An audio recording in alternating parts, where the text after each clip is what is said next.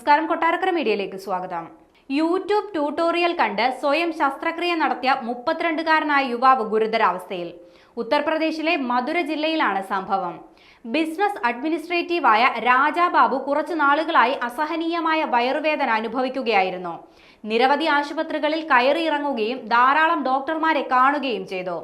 എന്നാൽ ultrasound scan ചെയ്തു നോക്കിയിട്ട് പോലും അദ്ദേഹത്തിന്റെ രോഗം എന്താണെന്ന് കണ്ടെത്താൻ കഴിഞ്ഞില്ല.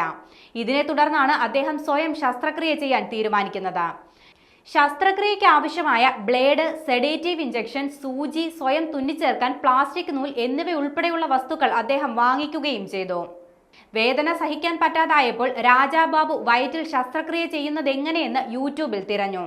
അതിനുശേഷം അദ്ദേഹം മെഡിക്കൽ സ്റ്റോറിലെത്തി ശസ്ത്രക്രിയയ്ക്ക് ആവശ്യമായ ഉപകരണങ്ങൾ വാങ്ങി.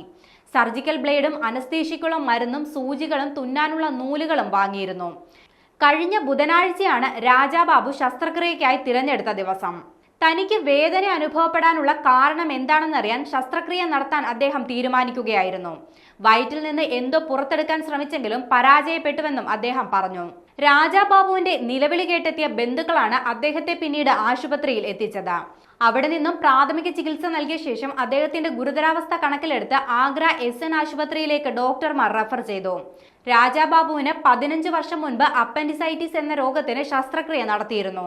ഇപ്പോൾ സ്വയം ശസ്ത്രക്രിയ നടത്തിയതിനെ തുടർന്ന് 7 ഇഞ്ചോളം വലിപ്പമുള്ള മുറിവുണ്ടായിട്ടുണ്ട്. അണുബാധയ്ക്കുള്ള സാധ്യത വളരെ കൂടുതലാണെന്നും ജില്ലാ ആശുപത്രിയിലെ ഡോക്ടർ വ്യക്തമാക്കി. രാജാബാബു ഇപ്പോൾ സുഖം പ്രാപിച്ചു വരുന്നുണ്ടെന്നും അദ്ദേഹം അറിയിച്ചു.